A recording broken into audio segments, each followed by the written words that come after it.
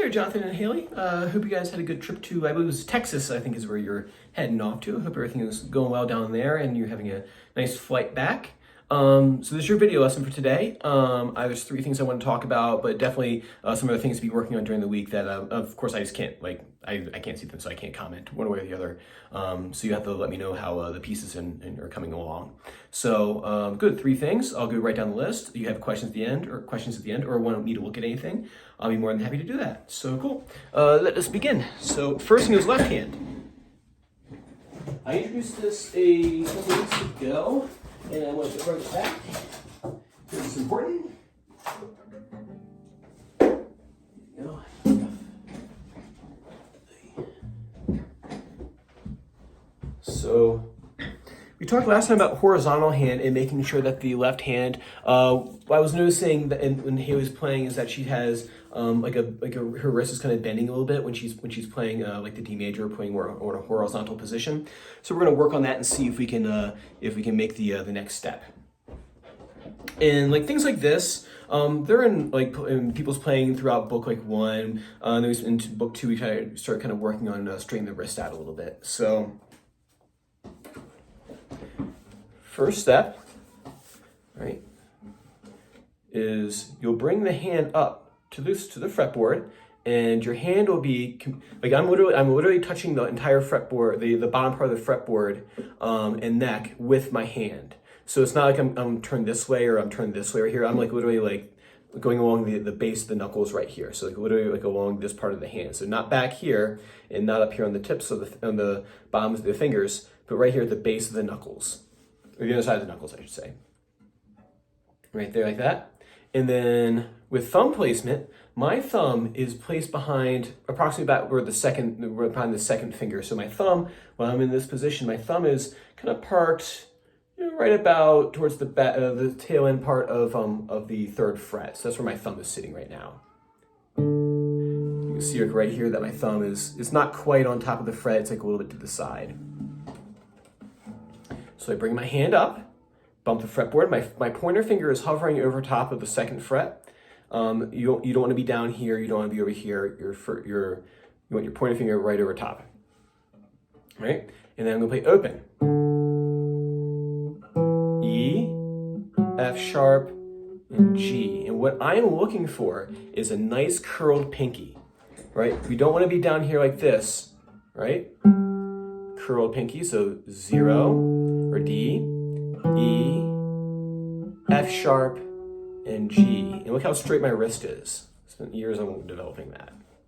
So you have a straight wrist, right? You don't want to be out here like this. If you're out here like this, probably your thumb is probably too low, right? Bring a hand up.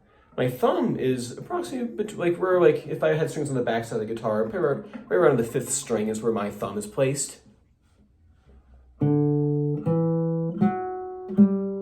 Nice curled and arched fingertips. Don't worry about going anything beyond this. I just want Haley to get used to the idea of her hand being bumped up there. If you watch me play through the whole D scale, this is why I don't want you to go any further, is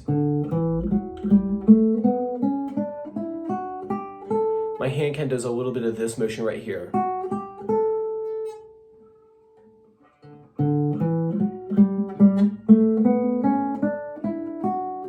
My fingers are still curled though. Right? But I just have a little bit more of a space in here. But so just focus on that low 6th string. Nice curled pinky. Tall pinky, as my teacher would say. All right, so work on that for me. And then number 2 is a right hand exercise. Now that Haley's kind of moving through book 2, the next thing to do is to do the next step with the G tonalization. And there's a concept that we'll do later on. So when I was at DU, there was a huge emphasis put on damping strings, on strings that weren't supposed to be ringing at any particular time. So see if I was playing a piece of music and it went from an E chord to an A chord, see the E is still ringing right here. So we're not worried about that right now with Haley because we're going to develop that skill to stop that from ringing. But at DU, I mean, the pedagogy books, the teaching books that we use out there, that would be the first thing it teaches. And that works fine if you're a robot. And don't want to play any real music for a long time. nice thing about Suzuki is you're playing, if you depending on the age of the kid, obviously, but a 3-year-old's gonna take a while to play some songs, but you're working on playing a larger piece right away versus a lot of technique books where they'll actually have you practice just doing like the first thing you teach a student is like how to stop the string with their thumb. And like I said, that works really great if you're a robot or or have the desire for the first year just to do this. Anyway, though, to develop that skill on the guitar, the first thing that we're going to learn how to do is get the thumb to move around while we're playing a melodic line, right? And the simplest line that we can do is the G, B, and E strings just open. So I'll have my thumb here on the 5th string, right? Do my moonwalks, right?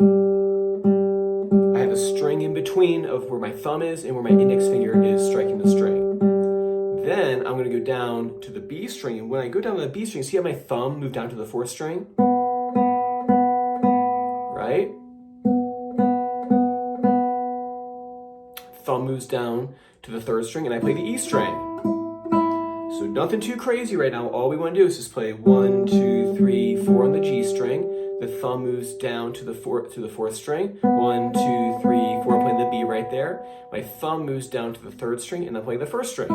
So I'm always having like that string in between of where my fingers are playing and where my thumb is parked.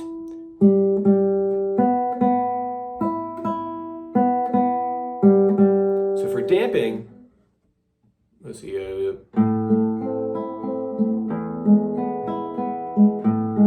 So you see right there, my thumb came back up and stopped that string. To get that skill, first thing we're gonna do is learn how to just move the G scale, or the open G string, or G, B, and E, and can the thumb follow the fingers. Once you work on that, and then I want Haley to continue work on the diagonal fingers. So remember that pencil underneath the strings, right? So here, and then you just follow the path.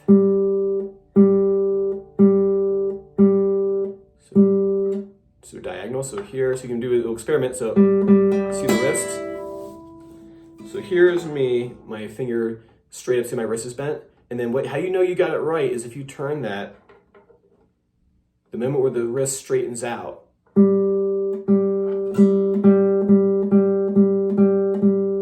that's where you want to be, coming in diagonal to the string. If you come straight up, so you turn the wrist, and then that angle where the wrist straightens out, that's how you know you got it right. I saw another cool trick too. I think Haley was having her wrist come back here. I'm going to show you next time. Remind me to mention something. You can put a ball underneath a gold tennis ball or hacky sack underneath the wrist, and that'll give that wrist that little more elevation right there. All right, cool. So work on those things for me. Work on those 3 things. If you want me to take a look at anything that she's playing, just feel free to shoot a message over, and I'll have a look. All right, man. I will see you all same time next time. Take care. Bye-bye. Didn't turn off.